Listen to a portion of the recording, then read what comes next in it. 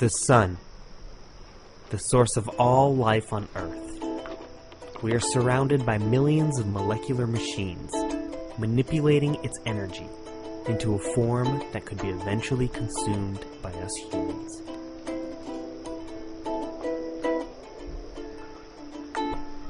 Plants. They are the backbone of all life on Earth. We depend on them to breathe, to cycle water for us to drink, and for energy and nourishment to live. We will never know all the ways in which our world is connected, so we should always strive to preserve them, not solely for the benefit of our planet, but for ourselves. After all, it is in nature's laws, not humanity's, where we find the power to feed the world. We need plants more than plants need us. They are all photoautotrophs, which means they use sunlight to feed themselves.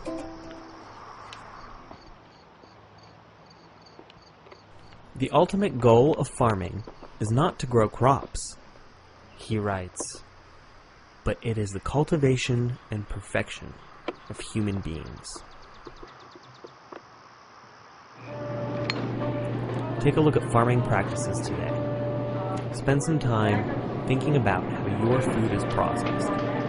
Then consider that the term, "you are what you eat," isn't popular just because it's catchy, but because it's true. And as always, thank you for shopping at Great Park. See this straw? This straw has the power to spark a revolution. Humans, like bees, first sought their food by foraging.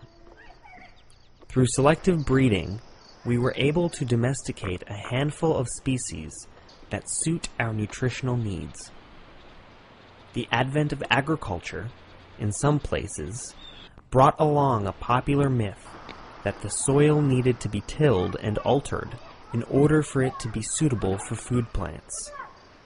Tillage requires an excess output of labor, a step we now know is unnecessary in agriculture practices. My name is Mihail, and I started this garden because I sought a way of growing food that mimicked natural patterns of biodiversity and energy preservation.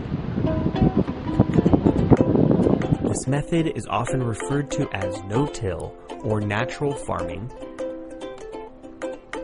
The goal is to allow the soil to build fertility on its own by accommodating the habitats of beneficial organisms native to that soil.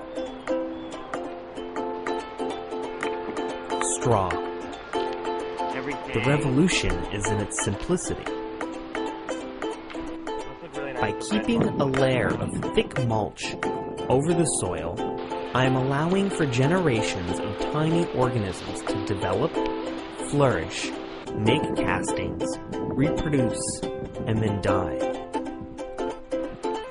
Within one season alone, these microorganisms deposit an astonishing amount of organic matter into the soil, enough to match the following year's supply of fertilizer, had I chosen to till.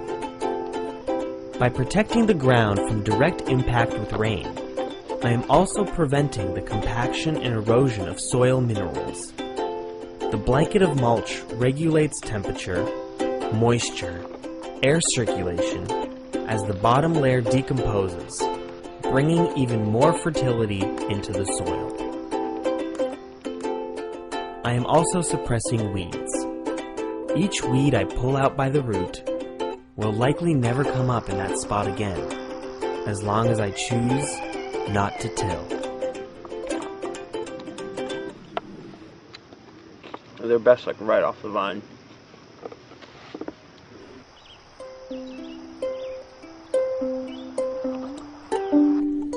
This 2-acre garden took about 3 months to start. The cost of materials was relatively low, though all the earthworks were done by shovels and human bodies, a rare occurrence in our time. The Earth is shaped into a system of permanent raised beds.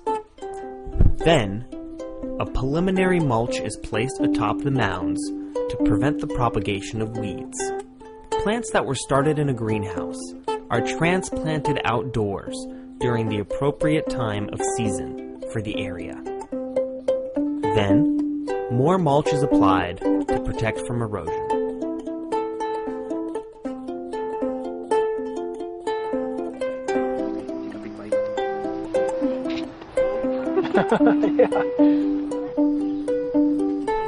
The result is an ever-increasing level of fertility with a decreasing energy output by the gardener. Plants can be allowed to die and decompose where they grew. The natural farmer's biggest responsibility is keeping up with the harvest. Permaculture is the synthesis of modern knowledge with the ancient techniques of nature.